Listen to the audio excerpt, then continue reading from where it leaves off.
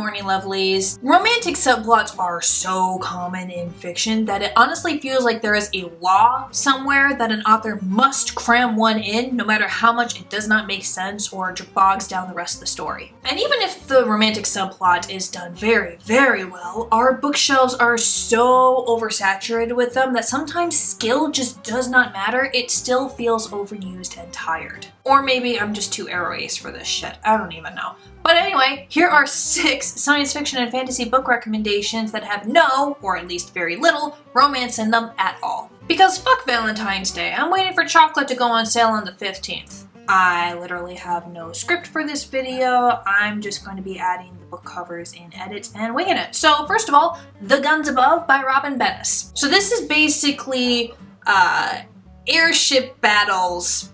Yeah, airship battles. And it centers around the first woman captain of one of these airships. And she's of course doing this in a patriarchy, so everyone wants her to fail, and they even sent a spy to go after her. Now the spy is a man, so literally any other writer would of course had them banging by the 3rd act, but not this one. No, they become absolute best friends, and they're constantly snarking and sarcastic at each other, and they're just like, oh, it's just so cute and adorable. The sequel, By Fire Above, does include a romantic subplot, but again, it's not these 2 characters. It's actually the woman and her friend's brother, which really pisses him off, and that's like 90% of the reason they actually do it in the first place. It's hilarious. I love it. If you're looking for a really fun, snarky, feminist action read, this is the book for you. The Trials of Apollo series by Rick Riordan. Again, it centers around a friendship between a guy and a girl. In this case, Apollo, who is this, obviously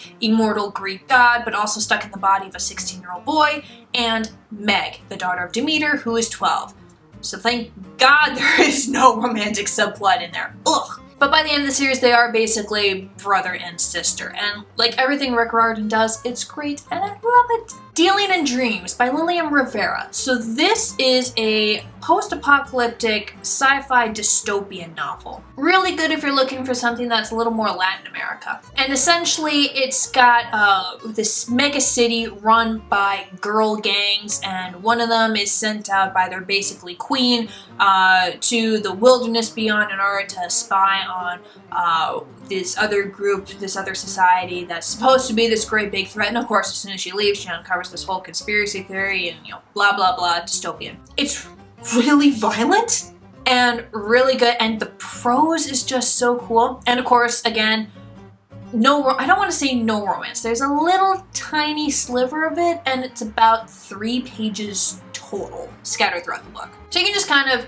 ignore that, honestly. The primary focus is the main character's relationship with the rest of her girl gang. Lagoon by Nnedi Okorafor. I love all of Dr. Okorafor's work. I'm gonna get started on Akata Witch eventually. It's on my TBR list, I swear. But Lagoon is probably my favorite work of hers so far because it strikes a really nice balance between the grim darkness of Who Fears Death and the God, all these characters should be dead of Binti. It's got a nice balance. It's got 3 main characters plus an alien. It's basically about aliens touching down, making first contact in Lagos, Nigeria. And we're seeing this from the point of view of multiple people, but primarily 3 characters. And one of them is a woman in an abusive relationship with her husband. She's working that out. One of them is a singer. And I forget what the other one is, but again, there's no romantic subplot going on here. It's really focusing on their own personal lives, and oh yeah, there's aliens now. Also, it's Nnedi Okorafor. You should read it anyway. Also, the Binti trilogy, also by Nnedi Okorafor. I know I just said that, it's not my favorite work of hers, but it is still good. This is a novella series about a woman who is like the first of her people to go to this alien college, and she ends up almost accidentally striking a peace between them and this other alien group, and over the course of the series she becomes like more and more alien, and there's at least one point where I'm like, wow, these characters should totally be dead, but they're not, whatever. So if you don't like major characters dying,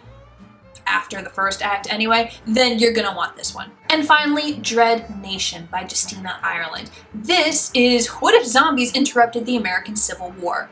And it takes place 20 years after the fact, 20 years after the fact, US history, sorry, in 1880 during what in our timeline would be the Reconstruction era.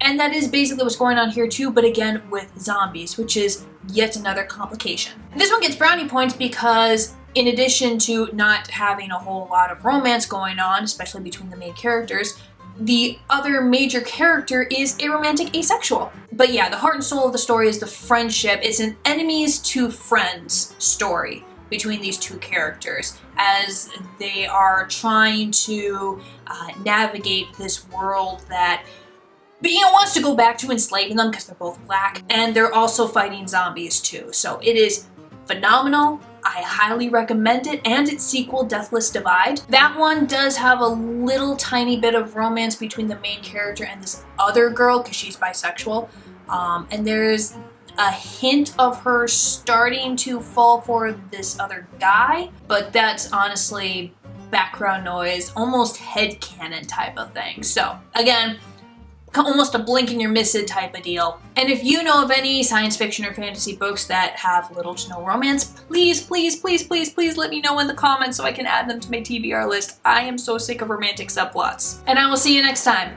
Bye, lovelies.